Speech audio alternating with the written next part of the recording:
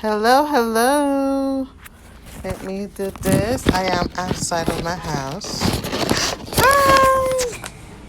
Hey, everyone. So, usually I'm in the back of the house. Today, I am in the front of the house because it is sunny and I don't want to sit right directly over the sun. Hi, everyone. Hey, hey, hey. It's Wednesday, July 22nd. This is Joanne, your self care coach. Hello, hello. Hi. The nurse doctor. How are you? I think it's the first time you show up on my live. How you doing? We are gonna talk about self-care and mindset today. Hello, hello. It is Wednesday, 11:12 now. This is Joanne, your self-care coach, and last week we talked about self-care and healthy boundaries, and I figure for my new people, we'll talk about mindset. So when I say self-care as a mindset, what come up for you? So the word self-care usually it's the idea of taking care of ourselves, right? Intentionally to set up times and do something that's gonna benefit us. Did you try it? Did you have the shrimp and grits? Because it could look amazing and then it doesn't taste that good. But my food does taste good though. Yay! If you try it, post a picture. I want to see and tag me. Because I have a lot of people that ask for that recipe. So I had to figure out how to measure things for it. Because usually when I cook, I don't measure. Yay! Awesome! Great. Thank you. Okay. So do you do self care then? Maybe I can try to have some one on one while live. Or what do you think about self care practices? How do that show up for you? Right? Okay, let me go back. So, mindset. The mindset of doing self care, because I think for moms and professionals, and now we have a man among us, it could be hard to set up times to just do things for ourselves or just to rest or just to take a nap or go for a walk because if we're not doing something we feel like we're not being productive, which is a lie. If you are giving yourself that peace, that space to take care of yourself will make you realize that you do not have to be on the go all the time, that you are being productive by relaxing, you are being rest, replenish yourself. We cannot give to others what we don't have. So if we're always in a rush, yes, we might be doing something, but are we doing it well? So I came prepared today. I'm trying to give you guys what I write down and be more thoughtful. My question is, when you hear the word self-care, what comes up for you? And what did you learn about self-care growing up? Because if we are in our 30s and 40s and we never saw our grandparents do self-care, we never saw our parents do self-care, how are we supposed to know how to do self-care? So did you learn it at home, at school, in your community, at work, or in the society? Because it might feel like self-care is a buzzword now and nobody's saying exactly how to go about it. So where are you learning it from? Have you read about it? Do some research. So because to me self-care has to be professional. Hi, I see. Hi, cuz. How are you today? Thank you for joining. I have the men showing up today. Holla. Hey, and then my next question is, do you have any limiting beliefs about self-care, right?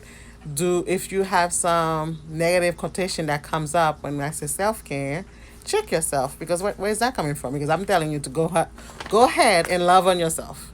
And then if you're like, oh, I love myself already, but I need to work, something doesn't connect, right?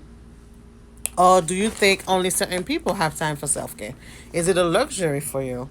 Are you aware of those beliefs? Because the idea of doing self care is to be able to spend time with yourself.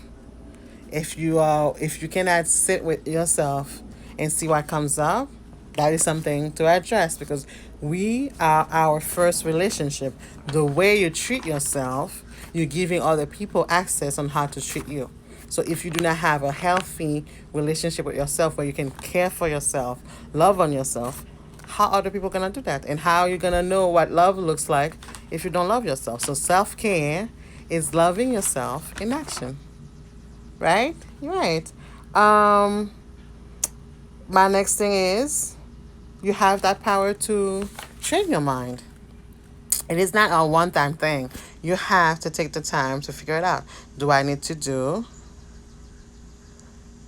Yeah, a lot of us have because it's when we are, if we're on the mental health field or service to other people, we will learn about it because when we get close to burnout or have a breakdown, that's when we're like, oh my God, I need to be doing something else. And isn't it funny that, or ironic, that we're telling our clients to be doing all those things and then we don't do it for ourselves? We are overworked, exhausted, and then we're telling them, hey, use all those other tools that we're not using. And then I think our program sometimes miss that step of telling us like, hey, if you're a therapist, if you're a counselor, or all those things, it's good for you to have an outlet to vent, to process things, um, and it'll be professional, not professional, beneficial for you to be, if you are healthier, mind, body, and spirit, you'll be a better service to other clients. So yeah, learning self-care through getting close to professional burnout, it happens to a lot of us. And then and then when that happens, we might be quick to quit the job or leave the profession totally, which is okay if after you do your assessment and you see that's not what you need to do. But it has to be coming from a place of love instead of just like, okay, I'm over this. Because for me, I took a 6 months off from work, from everything else, to do my complete shutdown self care to see, like, okay, how do I want to be of service to other people, showing up as my authentic self. So I did 6 months.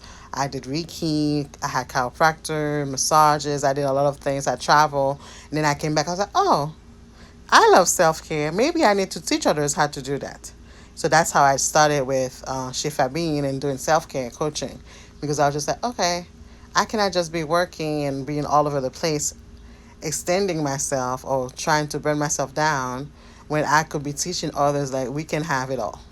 We can, by having it all, I mean, you can rest. Because I am notorious to take a nap, and I take a nap every day. Doesn't matter if it's Sunday or Saturday or Friday. I am napping every day. I wake up around 6:30, 7 in the morning. I go to bed around 10:30, 11. In the middle of the day, I need that power down so I can be of service to myself, to my families, and my clients. So nap save lives.